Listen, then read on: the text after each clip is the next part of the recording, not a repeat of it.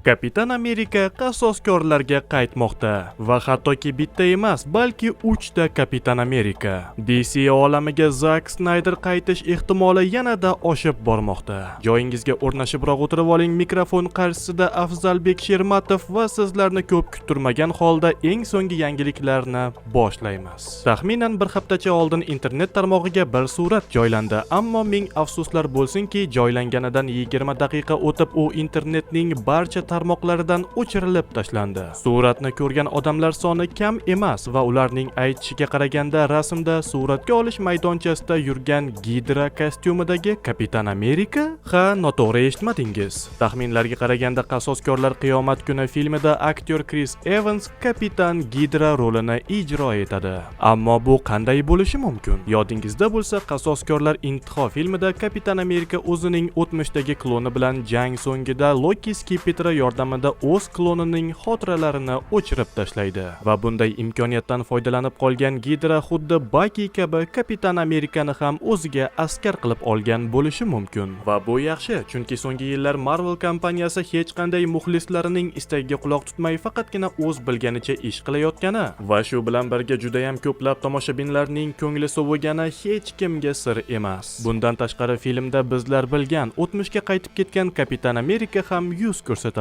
Agar yodingizda bo'lsa, Qasoskorlar intiho filmi yakunida Kapitan Amerika toshlarni o'z joylariga qaytarish uchun timelaynni buzadi. So'ngra katta ehtimol bilan timelaynni buzgani uchun Doktor Doom o'tmishdagi Steve Rogersning oldiga boradi. Axir suratga olish maydonchasida o'tmishdagi Steve va Peggy yashagan eski uyning dekoratsiyasi bekordan bekorga turmagandir. Yovuz ko'rinishidagi Robert Downing Jr. va yovuz Kapitan Amerika ko'rinishidagi Chris Evansni bir filmda ko'rish muxlislari uchun eng ajoyib kokteyl bo'ladi. Bizlar bilgan Kapitan Amerika va Kapitan Hydraning ekranlarga qaytishi juda ham ko'plab old school, ya'ni eski maktabdagi tomoshabinlarni ekran oldiga qayta jamlaydi. Bu esa kompaniya yana ham ko'proq mablag' yig'ishi, tomoshabinlarga esa yangi taassurotlarni hadya etadi. Bundan tashqari mashhur insiderlar bergan ma'lumotlarga qaraganda biz filmda 3-Kapitan Amerikani ham ko'rishimiz mumkin. Ammo u ozodlikda emas, balki laboratoriyada yetishtirilayotgan kapitanning kloni bo'ladi.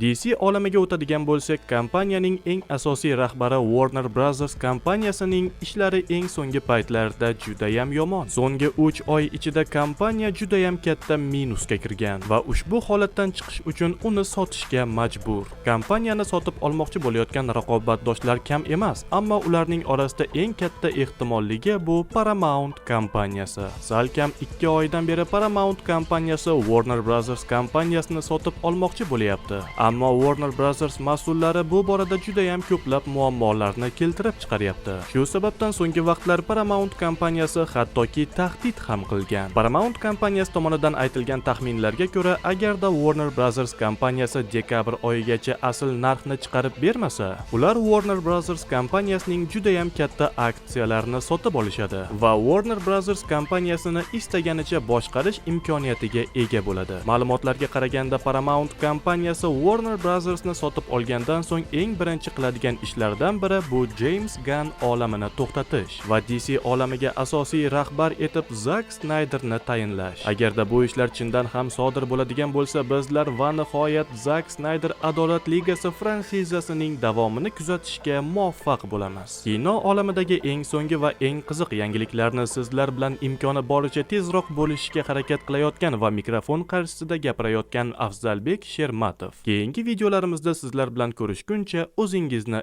ehtiyot qiling.